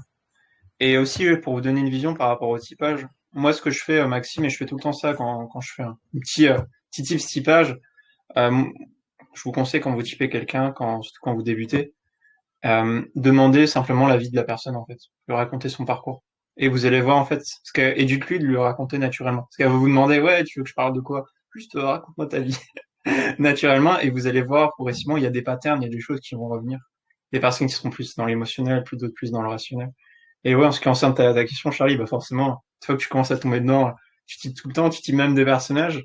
Et ce qui est marrant, c'est au niveau des personnages. Alors moi, je regardais pas mal pendant un moment des mangas. En fait, une fois que tu types la personne, t'essayes de voir en fait si ça sonne juste, tu vois, par rapport à l'archétype. Ok, est-ce que cet archétype ferait ça dans ce cas de figure? Et je trouve ça vachement intéressant, tu vois, quand tu commences à typer des personnages de fiction notamment. Ouais, carrément. Et moi, je type même des animaux. Euh, ces petits bonus Charlie. Mais je pense, objectivement, je pense que les animaux ont aussi des personnalités. J'ai parlé de ça avec déjà des entraîneurs de chiens, etc., et de chevaux. Après, je disais effectivement, les chiens, bah, tu vois, il y en a qui sont plus introvertis, d'autres plus extravertis.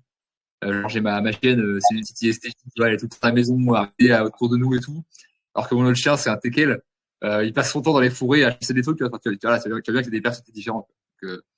Donc c'est marrant que ça aille même ce que chez les animaux, quoi. Mais tu vois, chez les humains, je suis sûr que c'est chez les animaux. Il faudra juste faire plus de recherches pour savoir est-ce qu'ils en ont 16, est-ce qu'ils en ont 8, est-ce qu'il y en a 2, tu vois. Et je pense que ça pourrait être super intéressant, tu vois. Une fois que les recherches sur les humains ont été vraiment poussées, après à passer aux animaux, quoi. C'est ça. Parce qu'en fait, fondamentalement, à mon avis, les types, alors on peut peut-être anticiper des questions, mais à mon avis, vous allez me dire ce que vous en pensez, mais je pense que les types sont génétiques, c'est-à-dire qu'en fait, on naît avec un type à la naissance, après on va évoluer avec les différents types qu'on a, mais on naît avec un type précis. Euh, et en fait, à mon avis, ma théorie, c'est une théorie, hein, mais c'est que, en fait, c'est un peu comme les génomes de l'ADN, en fait, on va récupérer un des archétypes des parents, en fait. Un des 4 archétypes des parents, à mon avis. Ah bah tiens, ça Ouais. c'est vrai. J'ai testé dans ma famille et j'ai typé ma mère. Ma mère est INFP aussi. Et c'est la personne avec qui j'ai passé le plus de temps dans ma vie. C'est la personne avec laquelle j'étais le plus proche en fait. Donc je pense qu'il y a peut-être de la génétique et aussi de la construction d'identité. La construction d'identité, c'est entre tes 0 et 7 ans généralement. C'est là où ton cerveau vibre en ondes θ, ce qu'on appelle. Donc tu construis ton identité, tu accumules l'information autour de toi, de ce qui se passe, les langages. Donc est-ce que c'est possible aussi qu'on accumule justement de l'information et donc l'archétype, on assimile l'archétype de quelqu'un, d'un parent proche ou de tes grands-parents, si c'est tes grands-parents qui t'élèvent? C'est une vraie question. Ouais, moi, de ce que j'ai remarqué, je pense pas pour le moment, parce on est chacun, on va dire, à un niveau, parce on fait pas des recherches forcément sur la famille tous les jours, donc on sait pas encore.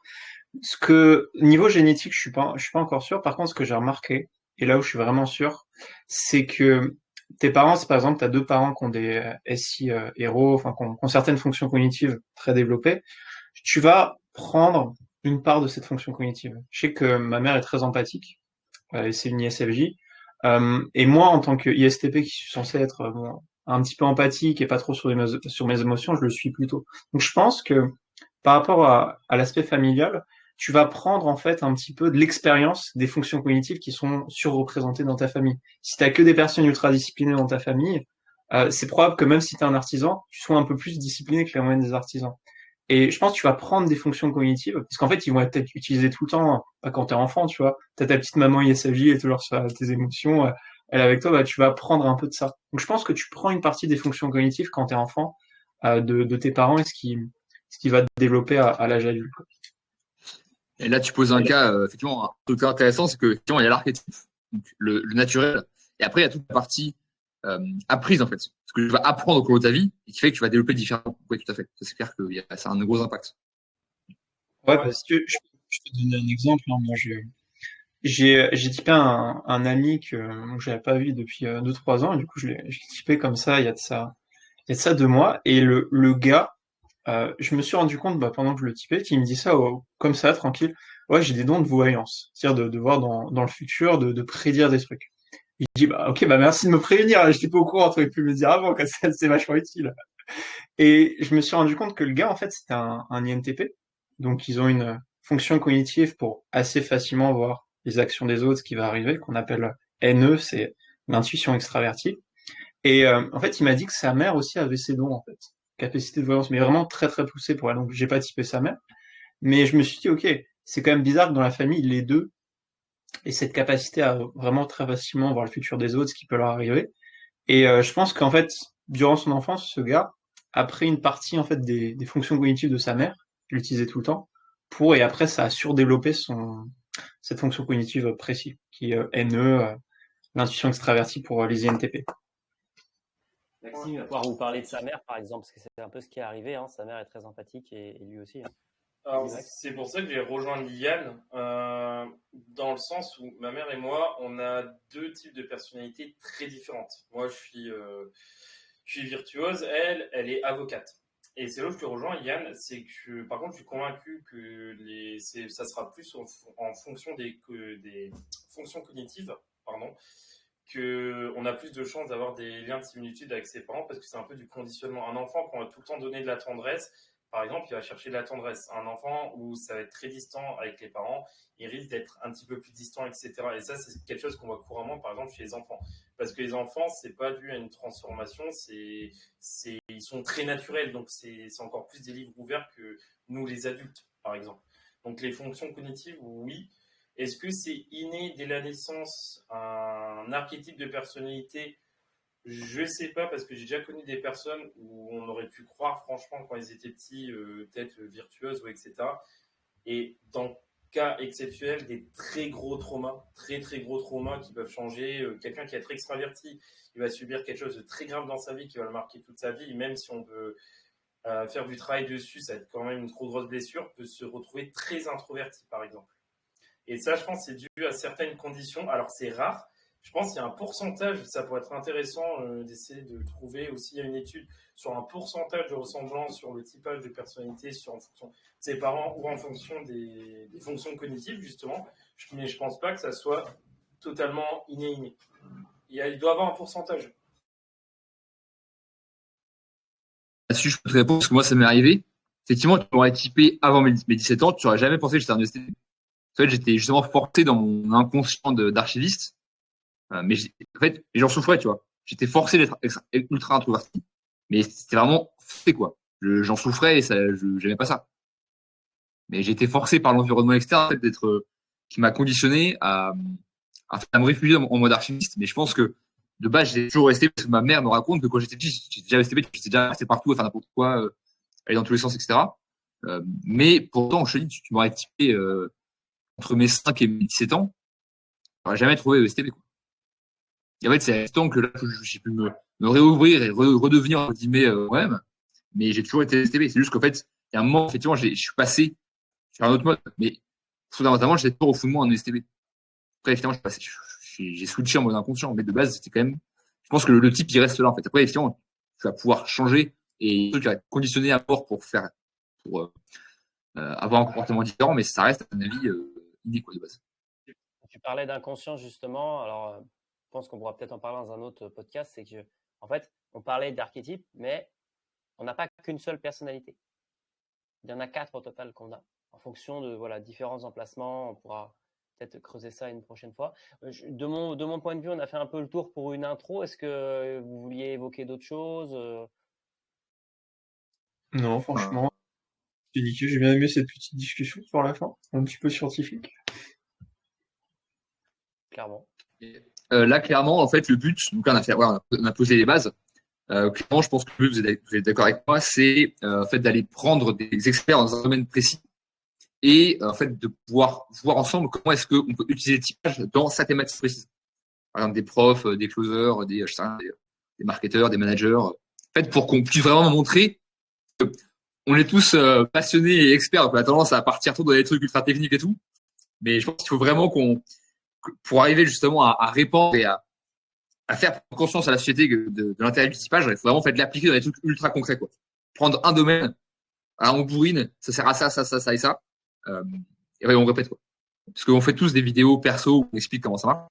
Et là, je pense qu'on est vraiment au mode appliqué concrètement à la société civile. Ouais, tout à fait. Tu vois, par exemple, on pourra, je pense, préparer pour la prochaine fois plus de cas concrets. Moi, j'en ai, par exemple, sur mon type de personnalité, ceux qui pourront se reconnaître dedans. Peut-être demander le type de personnalité des gens qui vont regarder ce podcast, s'ils le connaissent ou s'ils veulent faire un test pour déjà avoir une approche, c'est dans quelle case ils se reconnaissent. Parce que c'est sûr que si, par exemple, on a une majorité de viewers qui sont dans un certain style de personnalité, on peut aborder dans les questions leur style de personnalité. Tiens, par exemple, toi qui nous écris dans le live, tu sais que tu as tel style de personnalité. Qu'est-ce que ça t'apporte concrètement dans la vie réelle? Quel style de leadership tu as, par exemple, si tu gères une entreprise? Comment est-ce que tu gères tes émotions? Comment est-ce que tu t'organises? Moi, un truc très simple que je fais, par exemple, un petit conseil, je terminerai là-dessus. Pour gérer, par exemple, moi, je suis, comme je disais, de style INFP. Comment est-ce que tu structures tes dossiers d'ordinateur? Tu vois, c'est assez révélateur. Comment est-ce que tu structures ta chambre? Comment tu structures tes fiches de paye? Tu vois? Comment est-ce que tu règles tout ça? Comment est-ce que tu ranges ta chambre? C'est révélateur, en fait, ton comportement. C'est révélateur de ton type. On peut creuser. Ça, c'est quelque chose de concret, par exemple. Donc, je pense que l'axe, c'est vraiment genre, avoir des applications concrètes de quel type de personne vous pensez avoir ou vous savez que vous avez. Et 3, quelle direction on peut vous donner dans de la valeur dans un prochain podcast. Tout à fait, ouais. Savoir comment on s'organise, c'est utile pour trouver son type, mais c'est aussi déterminant parce que aujourd'hui, on a tout et n'importe quoi sur YouTube. Se lever à 5 heures du matin, faire n'importe quoi, faire au flow, etc. Il y a tout qui est possible. Mais en fait, ça, c'est uniquement une question de personnalité. C'est uniquement une question de personnalité. Typiquement, tu mets un stratège à être ultra organisé, avec des routines, des machins. Le mec, il pète un plomb en 2 jours et il va se forcer. Il va se dire, ouais, mais je suis nul, machin. Non. C'est pas nul. C'est un fonctionnement qui est différent. Ça, c'est un fonctionnement d'être ultra rigoureux qui marche pour d'autres catégories, d'autres archétypes. Toi, ça fonctionne différemment. C'est pareil, c'est un truc qu'on pourrait aborder et qui est hyper important parce que, en fait, il y a plein d'infos en ligne et on ne sait pas quoi faire, en fait. Alors que quasiment tout se règle avec de l'archétype, fondamentalement. Ah oui, clairement. De toute façon, lever à 5 heures du matin, tout ça, j'ai toujours cru que c'était du bullshit et que c'était adapté à la personnalité des gens. Et qu'à partir du moment où tu trouves ton propre processus de discipline, d'organisation, etc., tu es dans quelque chose de naturel. Tu vois. Par exemple, je sais que me lever à 5 heures du matin, j'ai essayé, je n'étais pas discipliné, je ne suis pas quelqu'un de base qui est ultra discipliné sur ce genre de choses-là. Donc, j'ai dû juste trouver ce qui me convenait le mieux, tu vois, même au niveau des routines. Tu vois. Donc, le truc, c'est trouver quelque chose qui vous est adapté à votre archétype de personnalité. Donc, c'est une vision du développement personnel qui va à l'encontre de ce qu'on peut nous enseigner. Par exemple, tu fais des formations de Yomi Denzel, ceux qu'on fait Corda aussi, DBL. Ça, tu as des visions qui sont des visions, certes, de ces personnes, mais j'ai la croyance aussi ferme que le style de personnalité joue à mort là-dessus. Exemple très concret, Yomi Denzel, il parle beaucoup du fait qu'il fait des listes avec des tableaux et il coche des cases, voilà. J'ai mon frère qui a le même type de personnalité que lui, qui est aussi superviseur, et lui, il kiffe, tu vois. Il est super content, ce soir, il a coché ses petites cases, il est super content, tu vois. Moi, je vais faire ça, genre juste le fait de faire un tableau, ça me saoule. Genre, même pas de remplir, juste de faire le tableau, ça va me casser les couilles, je vais pas le faire. Donc, en fait, ça, il faut juste trouver le système qui marche pour ton archétype. Après, tu attends un petit peu, et puis c'est bon, quoi. Bah, totalement. Moi, ce que je peux proposer aux gens, et peut-être pour les prochains podcasts, c'est n'hésitez pas si vous avez des questions par rapport à votre archétype, et je pense qu'on pourra chacun, par exemple, prendre une question, plusieurs questions et répondre chacun avec notre point de vue. Ce que je peux aussi vous dire, par rapport à comme on était sur le sujet de la discipline, ce que je me suis rendu compte, moi, en connaissant mon archétype, c'est que, en fait, vous avez des tendances dans votre vie. Soit vous êtes complètement pas discipliné, soit vous êtes très discipliné. Et vous avez des facteurs qui vont favoriser cette discipline, ou justement faire en sorte que vous soyez complètement éclaté au sol.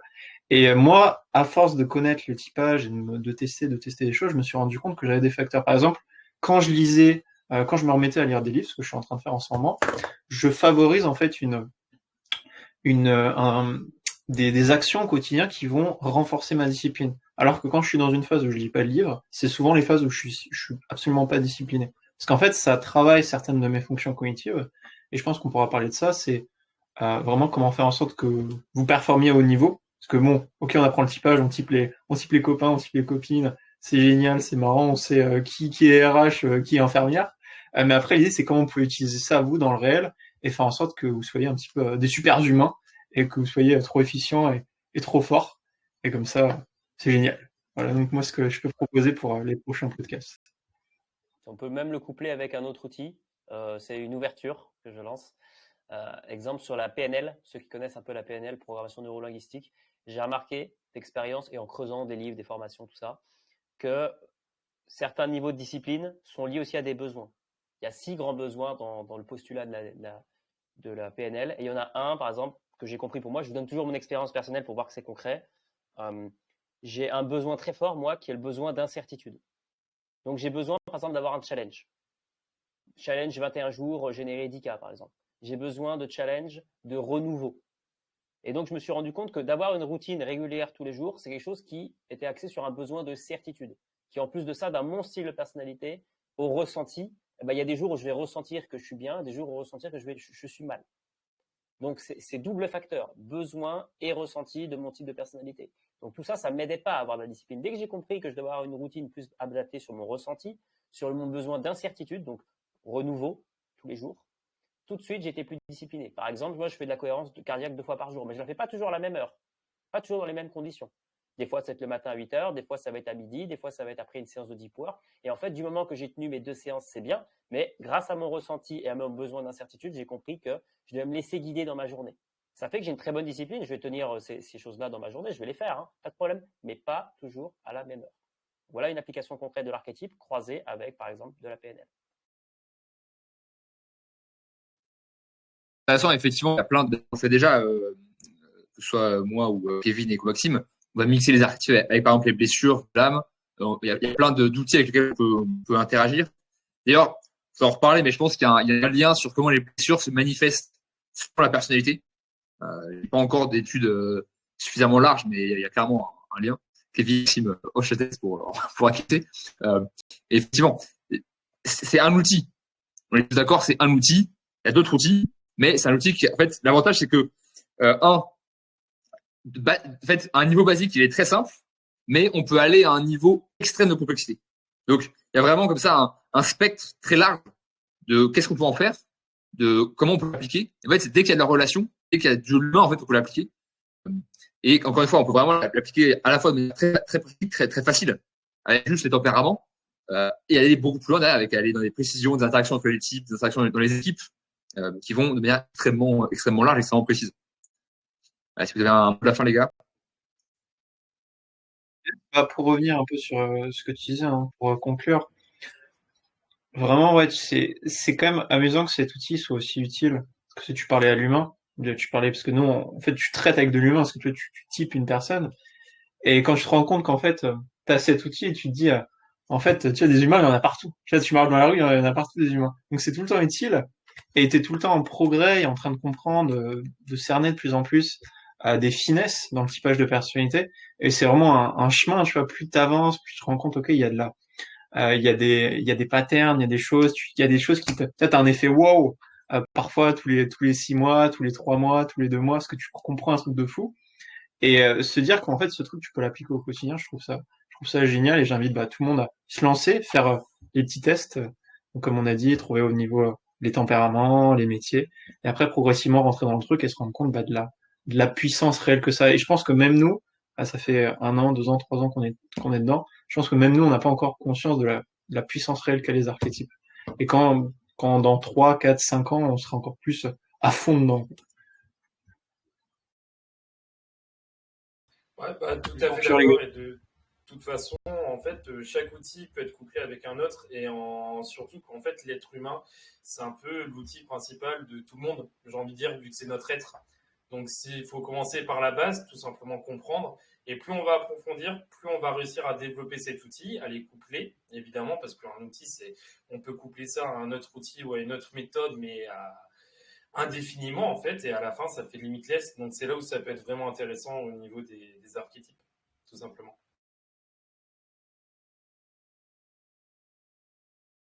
Voilà, merci beaucoup. En espérant que vous ayez trouvé de la valeur. Hâte de refaire un épisode avec ces têtes. Donc Yann, Charles-Antoine, Maxime, et puis éventuellement Arnaud et d'autres personnes. Donc, de toute façon, on va inviter des gens. Le but, c'est vraiment qu'on puisse avoir des psychologues, des profs, des entrepreneurs qui viennent pour pouvoir. Comme je disais, le but, c'est vraiment en fait parce que je pense que je parle au nom de tous, mais ça a vraiment changé notre vie. Et en fait, on veut que ça change aussi les vies des gens autour, quoi. Parce que la société aujourd'hui, elle est complètement. Enfin, voilà, oui, pas faire des je pense que vous êtes conscient de ce qui se passe. En fait, avoir justement un espèce de phare des archétypes, ça permet déjà de pouvoir s'orienter, d'avoir une direction, et en fait de savoir où aller, quoi, tout simplement, de savoir quoi faire, de savoir quelle est mon utilité, quelle est ma force, quelle est ma place dans la société, qu'est-ce que je peux faire, quoi. Yes, c'est ça, c'est le fait de trouver un sens. Et donc c'est ça qu'on va prôner pour trouver votre sens de vie et la bonne direction à prendre pour éviter faire en sorte que vous n'alliez pas dans le mur. Et ça c'est ce que m'a permis les archétypes et je pense que pour tout le monde ici ça nous a permis de savoir exactement où on va et c'est que le meilleur qu'on peut vous souhaiter, qu'on peut vous souhaiter. Ouais, c'est clair. On aura en description les de Yann. Bon, c'est sur ma chaîne YouTube, vous l'avez. On mettra YouTube de Yann et YouTube de Casey. Je sais pas si vous avez un boîte, c'est, je sais pas ce que c'est votre. Je mettrai en dessous. Je vois directement. Sur Instagram et Facebook, c'est là où on a plus d'audience. D'accord. Je mettrai mon YouTube simplement. Et ouais, peut-être juste pour présenter un peu ce qu'on fait. Ça, les gens ils pourront voir qui est-ce que vous allez suivre. Donc, moi, surtout, en fait, du dev perso au sens trouver sa légende personnelle. En fait, j'avais un peu ramené le typage en France. J'avais ramené le typage en France, mais maintenant, j'évolue de plus en plus vers un accompagnement qui est plus large que juste le typage. En fait, j'insère le typage dans une dynamique en fait globale.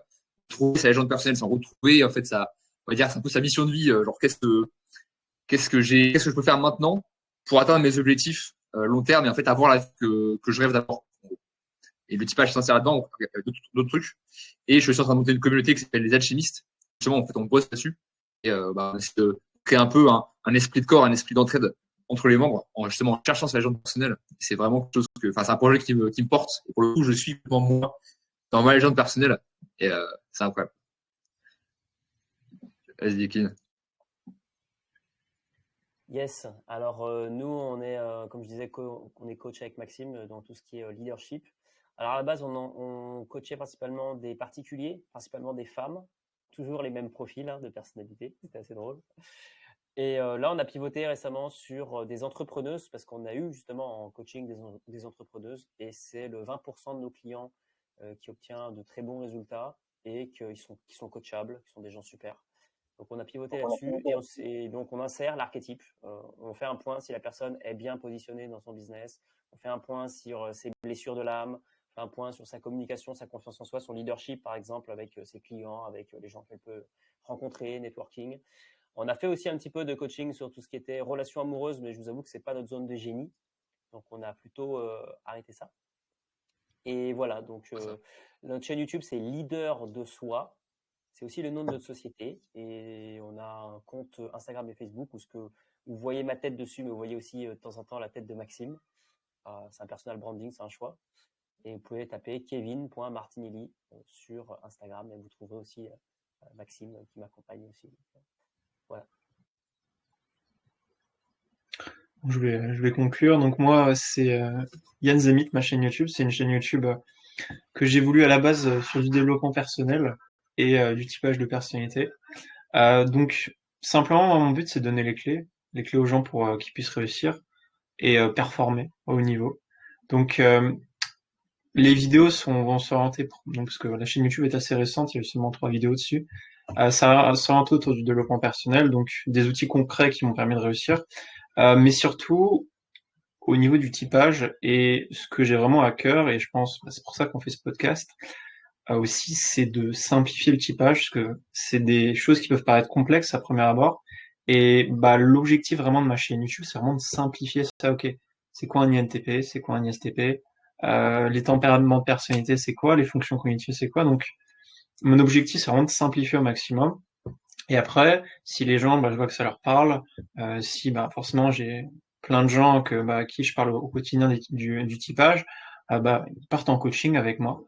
Donc j'ai vraiment un objectif pour le moment de vulgarisation par rapport à ma chaîne YouTube, afin que bah, tout le monde puisse rentrer dans le typage de personnalité, de voir ok, il y a des outils concrets dans le réel, et ok, ça va, c'est abordable, c'est simple, c'est pas si compliqué que ça. Donc c'est vraiment mon objectif à l'heure actuelle, c'est vraiment vulgariser le typage de personnalité pour que il y ait le maximum de monde qui puisse y avoir accès.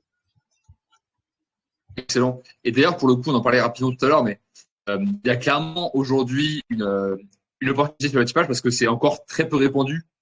Là, il y a peut-être en France, il y a peut-être 10 coachs qui font du typage d'archétype. Il y a des gens qui font du coaching MBTI, mais c'est différent. C'est vraiment un système qui est beaucoup plus poussé avec les archétypes. Allez, on est peut-être même pas 10, je pense qu'on est 5, un truc comme ça. On est peut-être 5, 6, quoi. Et donc, il y a vraiment tout un marché, en fait, à prendre parce que c'est, comme je disais, c'est applicable à n'importe qui. Donc, il y a le marché du typage. Après, en fait, il y a 30 000 sous-niches. Il y a les relations, il y a les relations des ISTJ, les relations des machins, il y a comment être productif pour les ISTJ. Enfin, en fait, il y a un marché et des sous-niches qui sont infinis. Donc, si aujourd'hui vous voulez vous lancer en tant que coach et que vous savez pas forcément quel angle prendre exactement, ben, l'angle du typage, c'est un très bon outil. C'est pas une méthode entière de coaching, mais en tout cas, c'est un très bon outil pour pouvoir coacher les gens. Et il y a un marché, il y a un mur, enfin, pardon, il y a un permis, il y a un vide à prendre, il y a rien en face, il y a rien du tout pour l'instant. Donc, évidemment, moi, c'est aussi pour ça que j'ai commencé à à apprendre à des coachs, parce que mon objectif, c'est en fait de répondre au maximum de typage, que tout le monde l'utilise, et que ce soit, tu vois, le but, c'est que dans 10 ans, en fait, tu parles à quelqu'un, et naturellement, tu demandes tiens, c'est quoi ton type, je suis un TJ, je fais ça dans la vie, c'est super, machin. Et en fait, que ce soit vraiment quelque chose d'admis et de commun, quoi. Un peu comme l'astrologie aujourd'hui, parce que l'astrologie, bon, pour le coup, c'est beaucoup du bullshit. Ça sert pas à grand chose. Là, pour le coup, c'est quelque chose qui a un vrai intérêt pour tout le monde. Donc, les gars, c'était un plaisir d'avoir ce podcast avec vous, ce podcast archétype, qui est le premier d'une longue liste. Et effectivement, on va se retrouver la semaine prochaine pour le prochain. Comme on l'a dit tout à l'heure, posez vos questions, mettez toutes vos questions en commentaire et essayez de préciser un maximum. Préciser un maximum et donner des cas concrets. En fait, c'est là où on pourra plus vous donner des réponses précises. Donc, précisez à mort vos questions. Comme ça, on pourra avoir des réponses adaptées et précises dans la situation. Exactement. Belle soirée à tous et au plaisir. Salut à tous. Ciao. Bonsoir à tout le monde. Ciao, ciao.